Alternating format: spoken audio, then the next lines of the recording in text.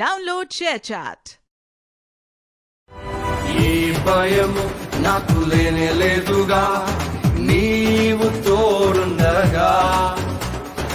ఏ దిగులు నాకు లేనే లేదుగా, నీ కృప నాతోనుండగా. Download ShareChat.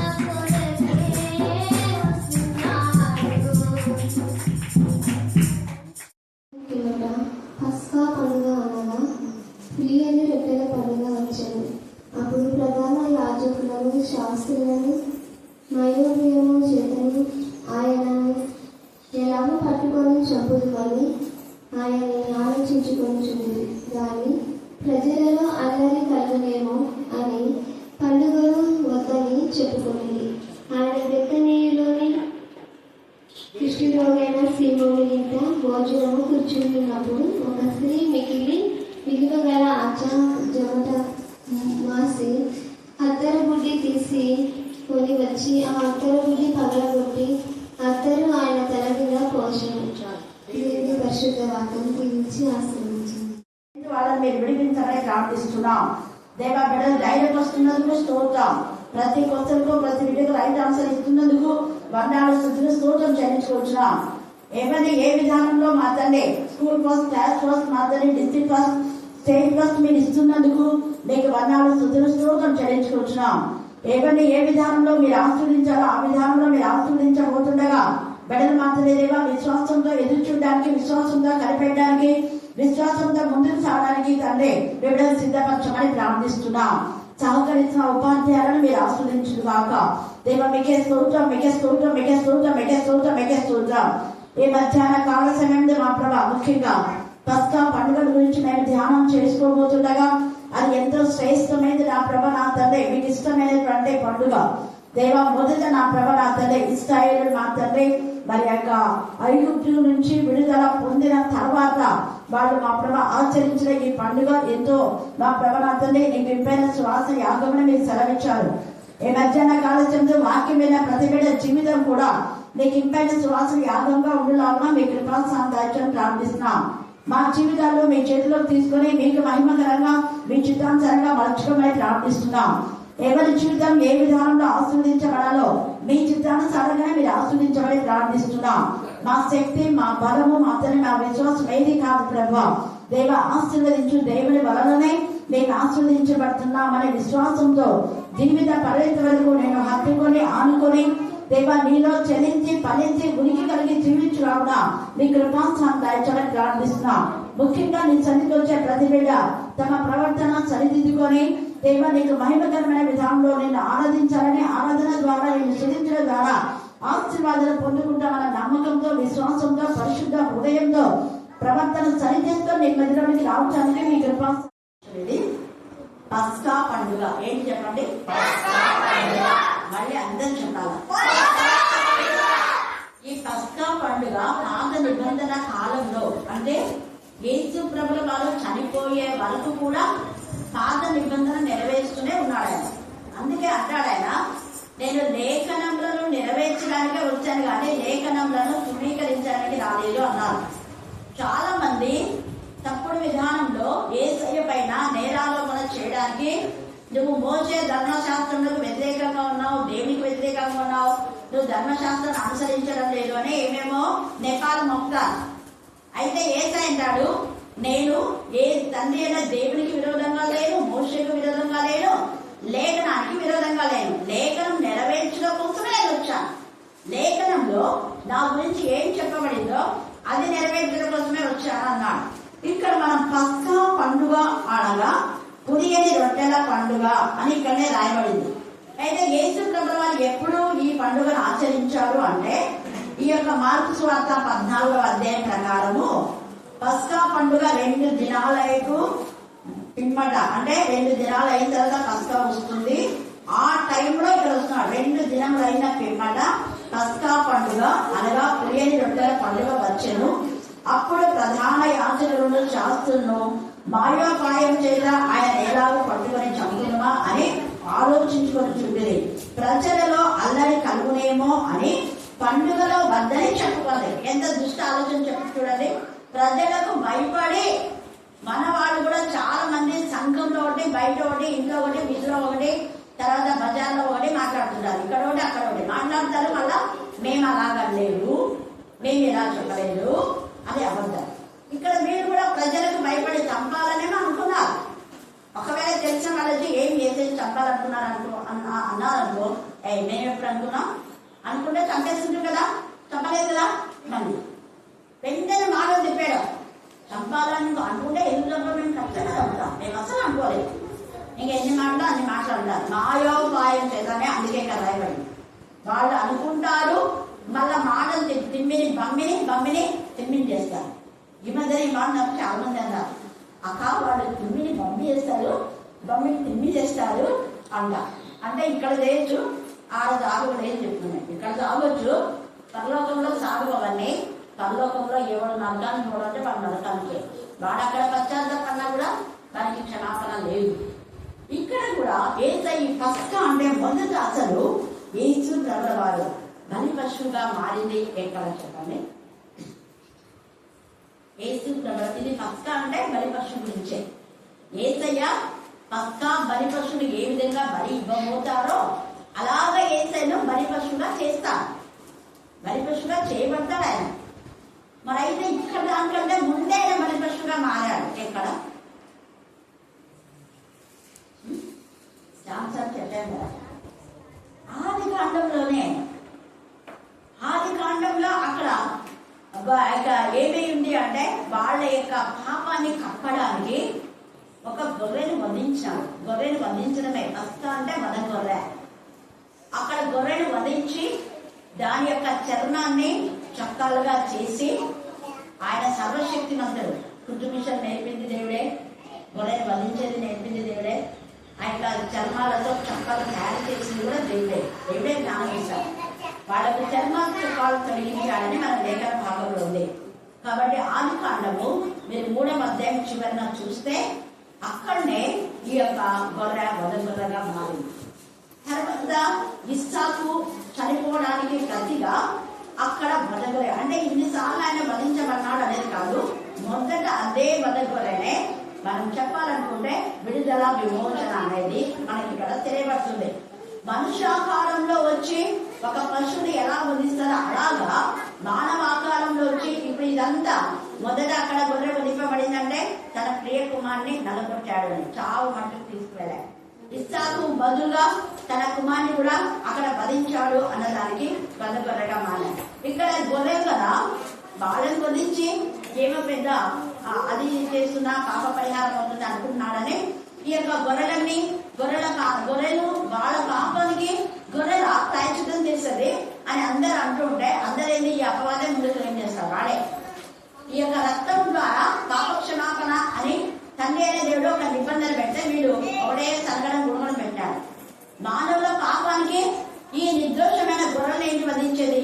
వాళ్ళు చేసిన తప్పిదాలకి ఈ యొక్క మరి గొర్రెలు పశువులు బలైపోతున్నాయి అంటే అలాగే అని మళ్ళీ తన ప్రియ కుమారుడినే మానవ ఆకారంతో వచ్చి బలి పశువుగా మూడవది మనం అక్కడ చూస్తున్నాం. అన్ని ఒకటే. హల్లెలూయా హల్లెలూయా హల్లెలూయా. అయితే ఈ పస్కా గురించి మొదట మనం ఎక్కడ చూస్తాము అంటే నిర్గమ 12వ అధ్యాయము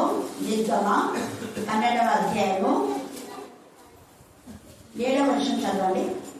ఈ నెల 14వ దినం వరకు మీరు దాన్ని ఉంచుకొనవలెను. తర్వాత ఇశ్రాయేలు సమాజపు వారందరూ తమ తమ కూటములలో అంటే ఒక్కొక్కరికి వాళ్ళ యొక్క కుటుంబంలో చొప్పున అనేది అక్కడ అర్థం అన్నమాట. సాయంకాలం వరకు దాన్ని చంపి దాని రక్తము కొంచెం తీసి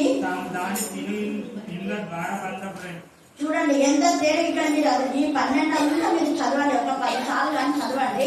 మీకు పస్కాను ఆచరించే విధానం ఎలాగో యేసు ప్రభువుని అలాగే చేశారన్నది మీకు అర్థమైపోతుంది. అందుకే ఇక్కడ ఈ మాట మాట్లాడుతున్నాడు అనమాట. ఆ యొక్క 4వ వచనంలో ఆ పిల్లని తిరుగులకు ఒక కుటుంబం చాలా పోయిన ఎడలా వాడును వాడి కొడుకు వాడు తమ లెక్క చొప్పున దాన్ని తీసుకోవాలని. 6వ వచనంలో అది ఎలాగో ఉండాలి వధించబడేది అంటే ఆ గొర్రె పిల్ల నిర్దోషమైనదంట. తర్వాత 7 ఏడాది మగపిల్ల నిర్దోషమైనది 1, మగపిల్ల 1. రెండవది గొర్రెల్లో నుండి అయినను మేకల్లో నుండి అయినను దాన్ని తీసుకోవచ్చు, పక్షపాతం లేదు, గొర్రెలు కానీ మేకలు కానీ అన్నాడు. తర్వాత 7వది మనం 7వ వచనంలో నెల 14వ దినమున అనేది మీరు అండర్లైన్ చేసుకోండి. ఇది నిరంతర యొక్క ఇది అని చెప్పాడు. నిరంతరము మీ పిల్లలకు ఇది ఒక కట్టడ నిత్యమైన నిబంధన అని చెప్పాడు. ఆ నిబంధన ప్రకారమే ఇప్పుడు కూడా నెలలో 14వ తేదీ 13, 14, 15 అని లేదా 7 దినములు కానీ సంక్రాంతి పండుగ అంటే ఇదే. మీకు తెలియదు ఇదే. అన్ని లేఖన భాగాలే వాళ్ళు చేస్తారు. తర్వాత చూడండి ఇంకా ఏమంటే వాళ్ళు అప్పుడు వాళ్ళు ఏం చేస్తారంటే ఎక్కువగా పులియని రొట్టెలు చేసుకుంటారు అనమాట. అంటే సద్ద రొట్టెలు కానివ్వండి, నువ్వులు అయితే చేసుకుంటారు కదా, సంక్రాంతి అప్పుడు కూరగాయలు చేసుకుంటారు. అది అన్ని ఇక్కడ లేఖన భాగంలో ఉన్నవే. పులియని అంటే దోశలు చేయకూడదు, ఇడ్లీలు చేయకూడదు ఆ రోజు.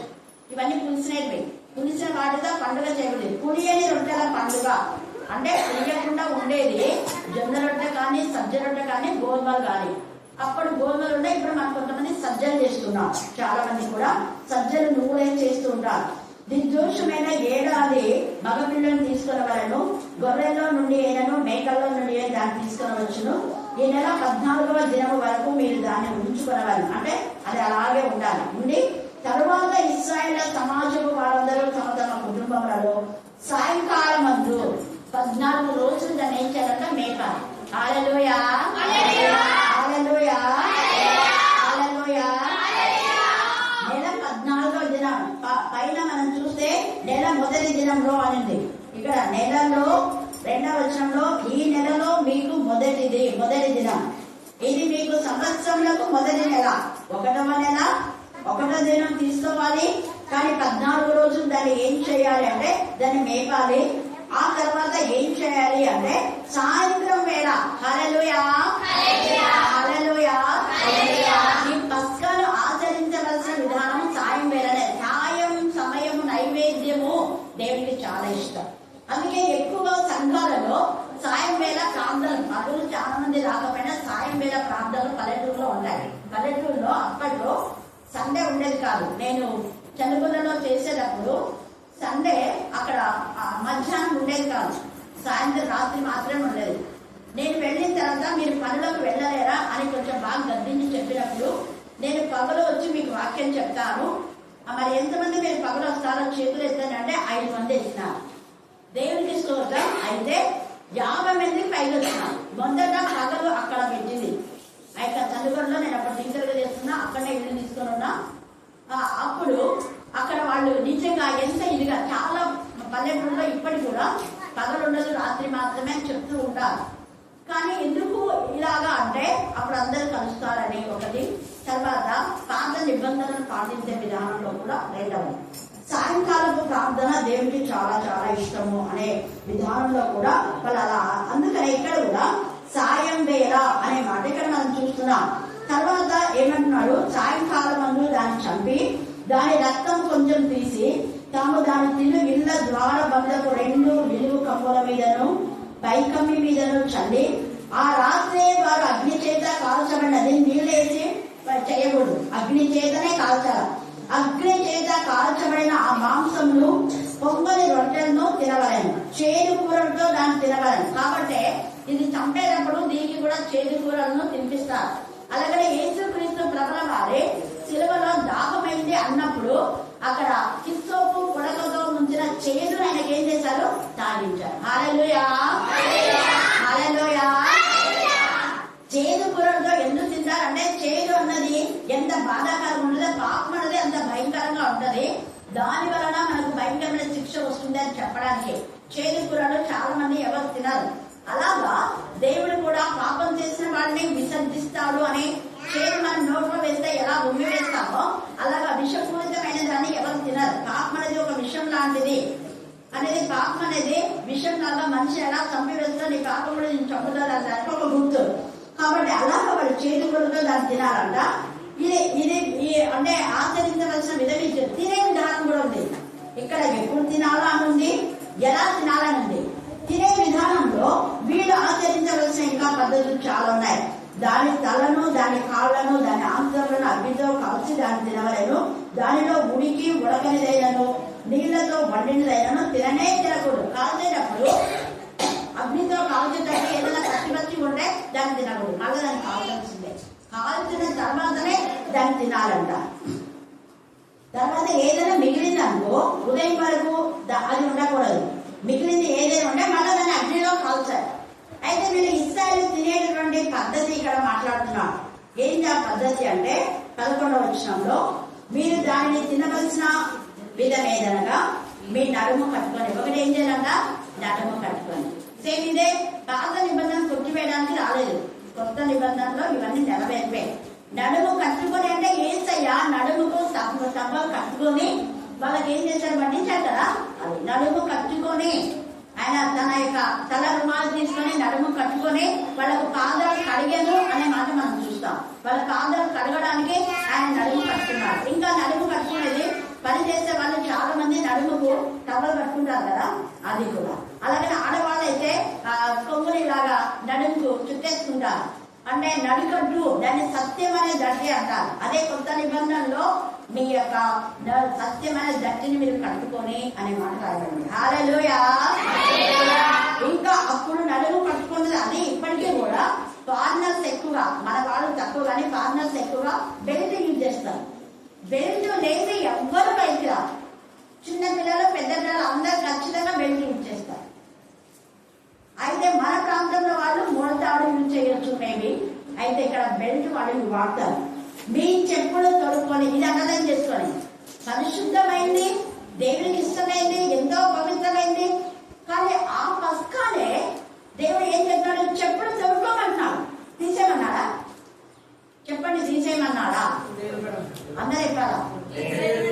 ఇది అర్థమైన వాళ్ళు కాబట్టే చాలా మంది దైవజనులు స్టేజ్ల పైన షూ వేసుకొని వాక్యం చెప్తుంటారు.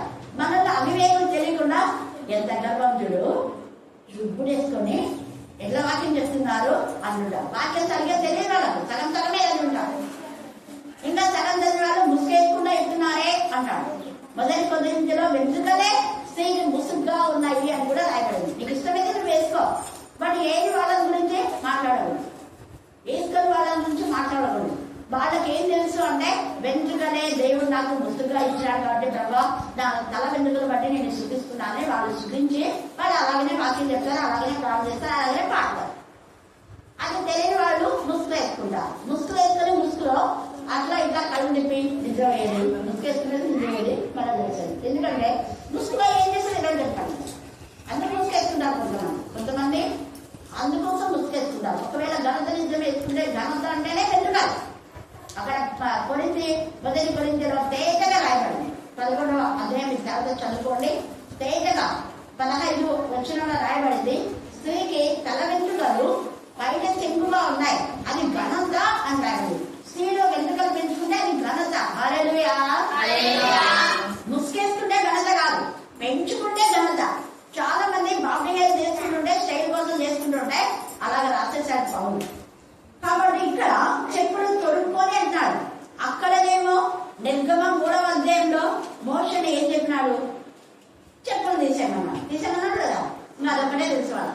ఆడ చెప్పులు తీసేయమన్నాడు కాబట్టి పరిశుద్ధ స్థలం కాబట్టి చెప్పులు తీసేయమన్నాడు కాబట్టి తీసేయాలి అంటాడు. మరి ఇక్కడ పస్కా ఎంత పరిశుద్ధమైంది.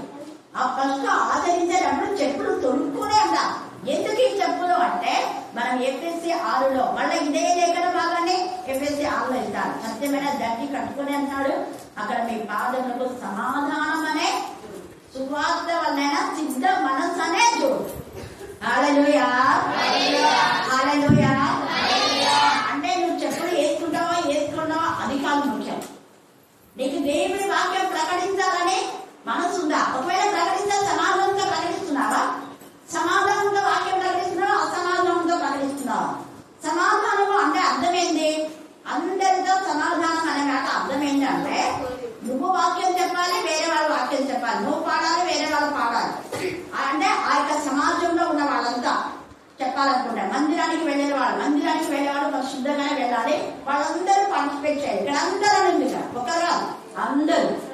అందుకనే ఆ కుటుంబం అంతా కూడా మీ కర్రలు చేత పట్టుకొని అన్నాడు. ఈ కర్రలు అనే మాట ఇక్కడ మనం చూస్తే దేవుడి యొక్క వాక్యము కర్రకు గుర్తు. అందుకనే మోషకు కర్ర, మోష దగ్గర అప్పటికే ధర్మశాస్త్రం రాలేదు కాబట్టి తండ్రి అయిన దేవుడు అంటాడు, నీ చేతిలో ఏమిటంటే కర్ర ఉంది అంటాడు. కర్ర కింది పడేంటాడు, అది కావాలి. మళ్ళీ దాన్ని చేపట్టుకుంటే తో పట్టుకునే లోపల కర్ర అయిపోతుంది. కాబట్టి ఈ కర్రనే దేవునికి సూచన. దీంట్లో అద్భుతాలు దేవుడితో ఉన్నాడని వాళ్ళు నమ్ముతారు అన్నమాట. కర్ర, ఆ కర్రలో చాలా అద్భుతాలు ఉన్నాయి. ఒక అంకుల్ అంటే నాకు ప్రవచనం చెప్పిన అంకుల్ కూడా ఏం చేశాడంటే ఆ యొక్క కర్రతోనే ఆయన దురాత్మను పోగొట్టేవాడు. కర్రను పెద్ద కర్ర, ఆ పెద్ద కర్ర అంకుల్ నేను అప్పుడు అంటే ఆశీర్వాదమ్మ ఆంటీ ఇక్కడ తీసుకెళ్ళి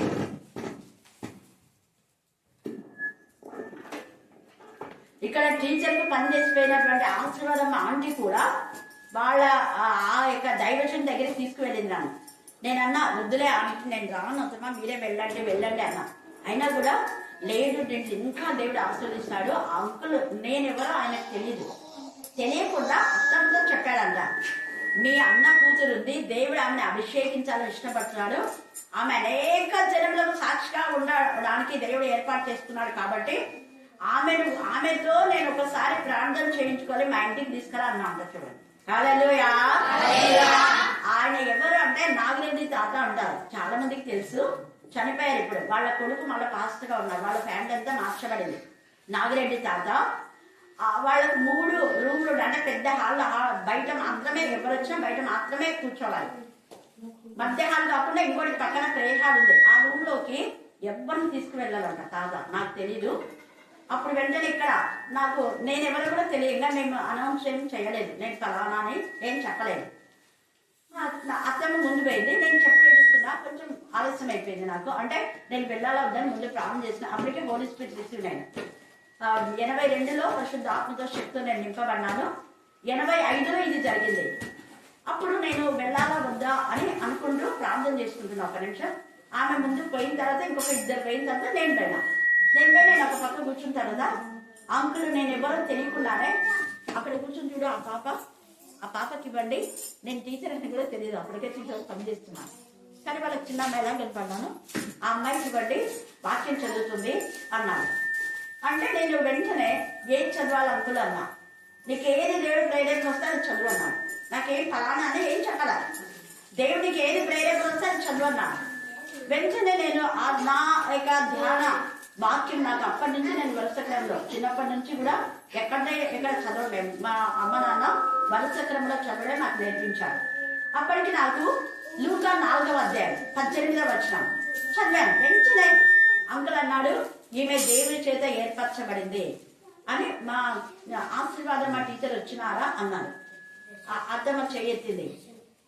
నీకు చెప్పిన పాప ఈ పాపనేనా అనింది. అవును అనింది. చూడండి, నేనెవరో వాళ్ళకి తెలీదు. వెంటనే ఈమెను దేవుడు అనేక జనంలకు సాక్షిగా నిలబెట్టబోతున్నాడు అన్నాం. ఆ మరుసటి రోజే అంటే నేను ఇంకా అక్కడికి పోయి కొంత జరిగింది. ఇంకా చాలా ప్రేయర్ చేయించుకున్నాడు అంకుల్, నేను కూడా చేయించుకున్నా. కర్రతోనే అప్పుడు కర్ర పట్టుకుని దినకరణ అంకుల్ మీటింగ్స్ కూడా కర్ర పట్టుకొని వచ్చాను అంకుల్. తర్వాత మనహర్ బ్రదర్ 3 times మేము పిలిపించాము. అప్పుడు కూడా ఆ కర్ర ఎప్పుడు చేతిలో ఉంటుంది. అప్పుడు అన్నాడు, అంకుల్ ఈ కర్ర తీసేయచ్చు కదా అన్నా నేను. అంటే అది కాదురా, మోషే కర్ర ఇచ్చాడు కదా, కర్రలో ఏముంది అంకుల్ అంటే ఆ కర్రలో ప్రభావం ఉంది కదా, దేవుడు నాకు చెప్పాడు, నేను ఇది చేస్తున్నాను నమ్మకంతో అంతే. కానీ ఇదేం కూడా నమ్మకం కాదు, నా నమ్మకం నాదే. మీరు చెయ్యండి అని ఇట్లా అన్నాడు. మనం మాత్రం అన్నాడు, మీరు ఇలాగా చెయ్యండి, మీకు దేవుడు ఏం చెప్తే అది చేయాలి అన్నాడు. హల్లెలూయా, హల్లెలూయా. కానీ కొంతమంది విశ్వాసంతో అంకుల్ లేనా అంటే ఎప్పుడైనా లోపల ఉండే కర్ర అక్కడే ఉండదు గుమ్మం దగ్గర, అంటే ప్రార్థన రూమ్ కు బయట ఉండదు. ఆ కర్రను తాకినప్పుడు కూడా వాళ్ళకి స్వస్థత అయిందని కొందరు చెప్పారు. అది వాళ్ళ నమ్మకం మేబీ. అయితే ఇక్కడ కర్ర పట్టుకొని, కర్ర అంటే దేవుని యొక్క వాక్యమే, దేవుని యొక్క మాట. అక్కడ మోషేకు మాట చెప్పాడు, ఈ కర్ర ద్వారానే నేను నీతో ఉన్నానని వాళ్ళకు ఒక రుజువు అన్నాడు. రుజువు, అదొక రుజువు. అలాగే గిద్దరు కూడా రుజువు అడుగుతాడు, బ్రహ్మ నేను నిజంగా వీళ్ళని విజ్ఞానిలో నేను జయిస్తానంటే రుజువు ఏంటి అంటే, నీకేం కావాలో రుజువు చెప్పు అంటే, ఇక్కడ స్పాంజ్ ఉంది, ఈ స్పాంజ్ మాత్రమే తడవాలి, ఇంకెక్కడ వర్షం పడకూడదు అంటాడు. దేవుడు అతనే దాన్ని పిండుతాడు. నేనేం వస్తాడు మళ్ళీ అన్నాడు, ప్రభా ఏమి అనుకోదు, కోపగించుకోవద్దు, నా విశ్వాసాన్ని బలపరచు. నాకు విశ్వాసం లేదని కాదు, సర్వశక్తిమంతుడు, కానీ బలపరుచుకోవడానికి ఒక్కసారి అడుగుతా అన్నాడు. అబ్రహాం 3 సార్లు అంటారు, నేను 3 సార్లే కదా నువ్వు అడగడుగా అంటాడు. అప్పుడు అంటాడు, ఇది మాత్రం తగ్గకూడదు, చుట్టంతా వర్షం పడ, అంత వర్షమై అక్కడంతా కాళ్ళలో కాకుండా కూడా ఇక్కడికి మాత్రం నీళ్ళు రావట్లేదు. దాని అర్థం ఏంటంటే చుట్టూ ఎంత ప్రమాదం ఉన్నా దేవుడు నేను కాపాడతాడు. హల్లెలూయా, హల్లెలూయా, హల్లెలూయా, హల్లెలూయా. అది 2 సార్లు అర్థం అదే. వాళ్ళు నీకంటే బలవంతులైనా, నీ చుట్టూ ఎంతమంది వచ్చినా కూడా, శత్రువు నీ చుట్టూ కుమ్ముకున్నా కూడా నీ పక్షంగా దేవుడు కూడా నీకు విజయం ఇస్తాడు కదా. అది ఒక సూచన. కాబట్టి కర్రను ఇక్కడ మాట్లాడుతున్నా అంటే మనకు వాక్యమే సూచన. హల్లెలూయా, హల్లెలూయా. వాక్యమే మనం చూసి వాక్యమును చదివి అర్థం చేసుకున్న వాళ్ళు సత్యములో జీవించాలనేది నడుము కనుక్కోవాలని అర్థం. నువ్వు వాక్యం కళ్ళతో చదువుతున్నావు, మెదడుతో గ్రహిస్తావు, హృదయంలో దాన్ని ఉంచుకుంటావు. ఆ యొక్క వాక్యంలో మనం ఎప్పుడైతే పలుకుతామో అదే సత్యం. సత్యమైన గట్టి మనం పట్టుకోనే దేవుడు నామని గణపరచాలన్న దానికి సూచనగా ఇక్కడ నడుము కట్టుకోవాలి, చెప్పులు సమాధాన సువార్తను ప్రకటించాలి, ప్రభు వలలో పాల్పొందే ప్రతి ఒక్కరు కూడా. అందుకే మీ కర్రలు చేత పెట్టుకోవాలంటే వాక్యం ఎప్పుడు మన హృదయంలో ఉండాలి, మన చేతిలో ఉండాలి. కొంతమంది ఉంటే బీరవద దగ్గర పెట్టి ఆదివారం రోజు పండగప్పుడు దాన్ని దుమ్ము దులిపేసి తీసుకొని వచ్చి అప్పుడు ఎక్కడని చెప్తుంటే ఎక్కడ అని పక్కన అడుగుతున్నారు. ఎందుకు ఎప్పుడైనా చదవని పాపాన్ని కూడా ఎప్పుడో సరిగ్గా బైబిల్ మాత్రం పట్టుకొని ఎంత భక్తులు అన్నట్టు వస్తుందా. అది కాదు భక్తి. చేతిలో ఉండాలి ఖచ్చితంగా. మనం ఎక్కడికి ప్రయాణం వెళ్ళినా నీ లేఖ కాలం తీసుకొని పోవాలి. డ్యూటీ చేసే టైంలో ఉపాధ్యాయులందరికీ కూడా నేను అదే చెప్పేదాన్ని. చిన్న బైబిల్ తెచ్చుకున్నాను. అయితే నేనైతే న్యూ టెస్టిమెంట్ ఎప్పుడు ఉంటాను నాకు. ఇప్పుడు ఇంకా ఎప్పుడైతే ఉద్యోగం అయిపోయిందో ఆ తర్వాత ఖచ్చితంగా ఎక్కడికి పోయినా ఇది ఓల్డ్ తర్వాత పెద్ద బైబిల్, హోలీ బైబిల్ తీసుకునే అనుకుంటాం. అది మనకు ఆధారం. తర్వాత ఏమంటున్నాడు చూడండి, త్వరపడుచు దాన్ని తినవలను, అది యెహోవాకు పస్కా బలి. త్వరపడుచు అనే మాట అర్థం ఏంటంటే, నువ్వు ప్రభు బలలో పాలు పొందిన తర్వాత అక్కడ కొరింథీ 11:25-30 దాకా చూస్తే ప్రభు యొక్క మరణమును మనం ప్రచురించాలి. మరణమును ప్రచురించకపోతే మనం దోషులం అవుతాం. ఈ యొక్క మధ్యాహ్న కాల సమయమందు పస్కాను ఎంత పరిశుద్ధంగా ఆచరిస్తున్నప్పుడు మనం ఈ యొక్క బలి పశువైనటువంటి ఆ యొక్క మరి వాక్యమే, ఈ వాక్యము ఎంత పరిశుద్ధంగా మనం చదవాలి చూడండి. ఎంత తేలిగా అక్కడ నడుము కట్టుకోవాలి, త్వరపడుతూ వాక్యం చదవాలి. ఎప్పుడెప్పుడు వాక్యం చదవాలా? త్వరపడుతూ, ఎప్పుడు త్వరపడుతూ దేవుని సన్నిధికి రావాలి, ఎప్పుడెప్పుడు దేవుని సన్నిధికి వెళ్ళాలి, ఎప్పుడెప్పుడు ప్రార్థన చేయాలా, ఈ ప్రభువులలో నేను పాలు పొందినా కదా, ఎప్పుడెప్పుడు ఈ రోజు చెప్పిన వాక్యం చెప్పాలని త్వరపడి వాక్య సంబంధమైన విషయంలో మనం త్వరపడే వాళ్ళు ఉన్నాం. ఆలస్యం చేయడైనా త్వరగా వస్తున్నాడు, ఆయన ద్వారం దగ్గరే ఉన్నాడు. కాబట్టి పస్కాను ఆచరించే విధానము ఇక్కడ మనం చూస్తున్నాం. అక్కడ ఇంకా చాలా ఉన్నాయి పస్కాల గురించి. కాబట్టి మనకి ఇక్కడ టైం లేదు కాబట్టి మీరు యొక్క నిర్గమ 16 వరకు కూడా మీరు చదువుకోండి. 1వ వచనం నుంచి 16 వరకు మీరు చదువుకోండి. ఆయన పరిశుద్ధులు ఎఫెసీ 5లో చెప్పబడినట్టుగా మనం పరిశుద్ధంగానే దాన్ని ఆచరించాలి. 2వ తిమోతి 2వ అధ్యాయము 13వ వచనం చదవండి. 2వ తిమోతి 2:13.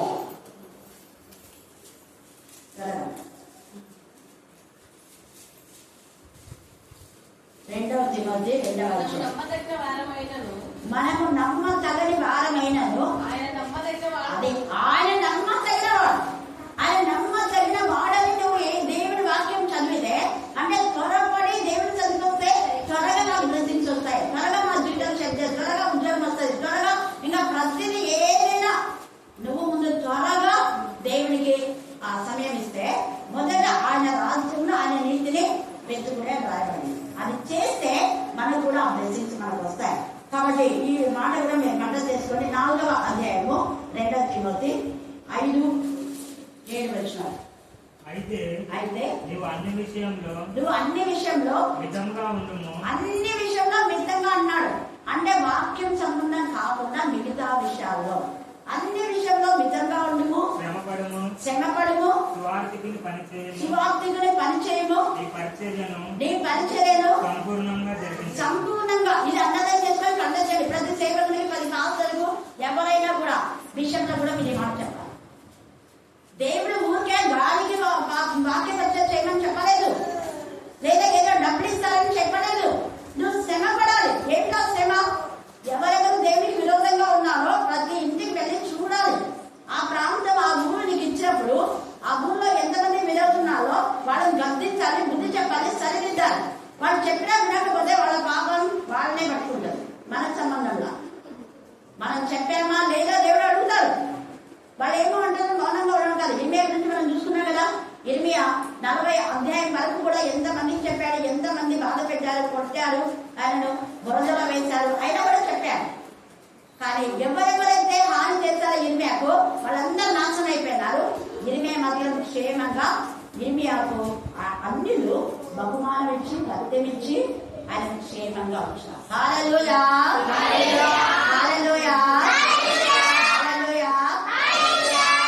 అక్కడ చెప్పొద్దు, ఇక్కడ చెప్పొద్దు అన్న వాళ్ళందరూ ఇప్పుడు చివరిగా ఏమన్నా, నీకు ఎక్కడ ఇష్టమైతే అక్కడ పో, ఎక్కడ ఇష్టమైతే అక్కడ వాక్యం చెప్పు, నీ ఇష్టం అది.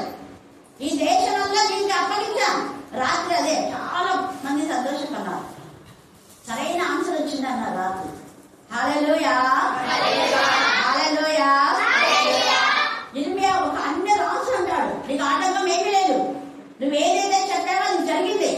40 మరోసారి మీకు గుర్తు చేస్తా చూడండి. ఇర్మియా 40 ఇంటికి వెళ్తే రాని వాళ్ళు చదువుకోండి. అక్కడ ఘనమైన విషయము దేవుని పిల్లలకు లభించినట్టుగా మనం చూస్తాం. అంటే 10 దినం శ్రమ కలుగును, మరణం మట్టుకు నమ్మకంగా ఉండుము, నేను నీకు జీవ కిరీటం ఇస్తాను అనే విధానంలో ఇర్మియాను ఎంత బాధ పెట్టారో అంతగా దేవుడు ఇర్మియాను ఆశీర్వదించాడు. చూడండి 40వ అధ్యాయంలో మనం చూస్తే ఇక్కడ 3వ వచనం చదవండి. తాను చెప్పిన ప్రకారము యెహోవా దాన్ని రప్పించి చేయించను. మీరు యెహోవాకు విరోధంగా పాపము చేసి ఆయన మాటలు వినకపోతే కనుక మీకు గది పెట్టినది. ఎందుకు మీకు గది పెట్టింది? దేవుని వాక్యం వినకుండా చేసినందుకే. మరి పశ్చాత్తాపం ఉందా? ఒక అన్య రాజు అంటున్నాడు. ఒక అన్య రాజు ఆ ప్రజలందరినీ ముందే చెప్పాడు. ఇర్మియా ఏమని చెప్పాడు అంటే, మీరు కల్దీయుల దేశానికి మిమ్మల్ని సరెండర్ అవ్వండి. యుద్ధం చేయండి వాళ్ళతో. మీరు సరెండర్ అవుతే వాళ్ళు మిమ్మల్ని బాగా చూసుకుంటారు, మీ భార్య పిల్లలు అందరినీ బాగా చూసుకుంటారు అని చెప్పిన ఇర్మియా పిల్ల అన్ని రాజుల దగ్గరికి నన్ను పొమ్మంటావా, వాళ్ళకు మేము సరెండర్ కావాలి, మేమంత తక్కువ అన్నట్టు ధీకారం చేసి సిద్కియా గర్వంతో అహంకారంతో పోయాడు. నువ్వు అలాగా పోతే, నువ్వు యుద్ధం చేస్తే ఖచ్చితంగా నువ్వు ఓడిపోతావు అన్నాడు. మా ఓటిని చూస్తావా, నువ్వు మమ్మల్ని క్షమిస్తావా, ఎప్పుడు నా కీడ తలపెడతావా అని యాజకులు తర్వాత పెద్దలు అందరూ కలిసి ఇర్మియాను ఏం చేయాలంటే చంపాలని అనుకుని గోతులో వేస్తారు. 39 మీరు చదువుకోండి. బురద గోతులో వేస్తే మళ్ళా దేవుని కృప చొప్పున దేవుడు ఇర్మియాను కాపాడుతాడు. ఆ తర్వాత సిద్కియాను పట్టుకుపోయినప్పుడు అప్పుడు సిగ్గొస్తాడు. సిద్కియాతో పాటు సిద్కియా చేసిన అవివేక పనికి 39:22 యూదా రాజు నగరులో శేషించున్న స్త్రీలందరూ అంటే చంపబడాల్సిన వాళ్ళందరూ చంపేశారు, స్త్రీలను వదిలేశారు. ఇప్పుడు వాళ్ళని తీసుకుపోతున్నారు. శేషించున్న స్త్రీలందరూ బబులోను అధిపతులకు కొనిపోబడేదారు. అప్పుడు వాళ్ళు ఏం చేస్తున్నారు, అలాగున భార్యలు పిల్లలు స్త్రీలందరూ కూడా అక్కడ కొనిపోబడతారు. అప్పుడు వాళ్ళందరూ యుద్ధం తీసుకుంటారు. ఇర్మియా చెప్పింది చేస్తుంటే ఇలా జరుగుతుందా, నువ్వెందుకు అహంకారంతో అలా పోయావు, ఇర్మియా ముందే చెప్పాడు కదా, మీకు ఎప్పుడు జయం రాదని చెప్పాడు కదా, మీరు సరెండర్ అవ్వండి, మిమ్మల్ని మీరు తగ్గించుకోండి అన్నారు. మీరు తగ్గించుకోరా మిమ్మల్ని మీరు హెచ్చించుకున్నారు కాబట్టి మీ గర్వానికి అహంకారానికి ఇలా జరిగింది. ఆ యొక్క సిద్కియా కొడుకులను చంపేస్తారు, ఆయన ఎదుటే కన్నులు కూడా తీస్తారు. అప్పుడు సిద్కియా అంటాడు కదా, ఇర్మియా నువ్వు ఎక్కడికైనా వెళ్ళి మంచిగా ఉండు అని అప్పుడు ఇస్తాను. ఈ 39 రాయబడింది. ఈ సిద్కియాకు బుద్ధి వస్తుంది, కానీ ఏ ప్రయోజనం, చేతులు కాళ్ళ తర్వాత ఆకులు పట్టుకోవడం ప్రయోజనం ఉండదు. ముందే ఇర్మియా చెప్పినట్టు వినితే వెళ్ళాలి. ఇప్పుడు ఈ అన్యులు తెలుసుకొని అంటున్నారు, నిత్యంగా మీ దేవుడు ఎంత గొప్పదే. అప్పటికి ఇంకా దేవుడు వాళ్ళు విశ్వసించలేదు కాబట్టి మీ దేవుడు అన్నాడు. తర్వాత కల్దీయులు కూడా విశ్వసిస్తారు, మీ దేవుడు. అందుకే అంటున్నాడు, ఏం చెప్పాడో అది రప్పించాడు. మీరు యెహోవాకు విరోధంగా పాపం చేసి ఆయన మాటలు వినకపోతే కనుక మీకు గతి పట్టింది అని చెప్పి మళ్ళీ ఏమంటాడు, ఈ దినంన నేను నీ చేతులకున్న సంఖ్యలను తీసివేసిందను. చూసారా, ఆయన ప్రజలే మంచి చెప్పినటువంటి ఇర్మియా చేతులకు సంఖ్యలు వేశారు. ఒక అన్యుడు వచ్చి నేను మీ సంఖ్యలు తీసేస్తా, నీకు ఎక్కడ ఇష్టం ఉంటే అక్కడ పో, ఈ దేశం అంతా నీకు స్వాధీనం చేస్తున్నాం, నేను ఈ దేశం అంతా నీకు స్వతంత్రంగా ఉంటుంది, ఈ దేశంలో నువ్వు ఎక్కడికైనా వెళ్ళొచ్చు. ఎంత స్వేచ్ఛనిస్తున్నాడు ఇర్మియా. అక్కడైతే ఇక్కడ చెప్పదు, అక్కడ చెప్పదు, నాకు చెప్పదు అని ఎన్ని కట్టడాలు చేశారు ఇర్మియా. ఇప్పుడైతే అంటున్నారు రోజున వాక్యం చెప్పు, ఏం పర్వాలేదు, ఎక్కడికైనా పోయి చెప్పు, ఫుల్ ఫ్రీడమ్. ఇంకా అదంతా మీరు చదువుకోండి, ఆ దాకా కూడా మీరు చదువుకోండి. అక్కడ తర్వాత అంటాడు, ఆయన ఏం చేశాడు తెలుసా, ఆయనకు భత్యం ఇచ్చి అంట. ఎంత బాగా ఇక 5వ వచనంలో మనం చూస్తే ఇర్మియాకు నీ దృష్టికి అనుకూలం ఎక్కడుంటే అక్కడికే వెళ్ళుము అని చెప్పి రాజదేహ సంరక్షక అధిపతి అయిన నెబూజరదాను ఆయనకు భత్యము తర్వాత బహుమానము ఇచ్చి ఆయనను సాగనంపుతాడు. దేవునికి స్తోత్రం. ఈ యొక్క సమయమందు కొంతకాలమే మనకు శ్రమ. ఇక్కడ యేసుని కూడా ఎంతగా శ్రమ పెట్టాడు, కానీ ఆయన జనన మరణ పునరుద్ధానం మనకు తెలుసు కాబట్టి జననంలో అద్భుతం జరిగింది, ఆయన మరి సిలువలో మరణించేటప్పుడు అద్భుతం జరిగింది, ఆయన రానున్నప్పుడు కూడా అద్భుతం జరుగుతుంది. ఇవన్నీ ఆయన అద్భుతకరుడని తెలియచేయడానికే. కాబట్టి అద్భుతకరుడైన యేసయ్యను మనం గైకొని విశ్వసించి ఆయన చిత్తాన్ని ఆయన చెప్పిన మాటకు లోబడితే అనేక ఆశీర్వాదాలు వస్తాయి. దేవుడు ఈ లేఖన భాగాన్ని దీవించి ఆశీర్వదించుగాక. ఆమేన్, ఆమేన్, ఆమేన్.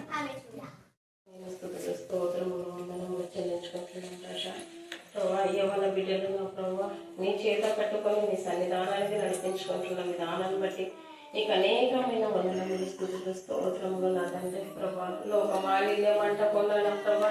ఈనాటి బిడ్డలను చూసి ఎంతో మంది మానమనసు కలిగి జీవించేటప్పుడు ప్రభా చూపించండి, సహాయం వచ్చేయండి నా తండ్రి.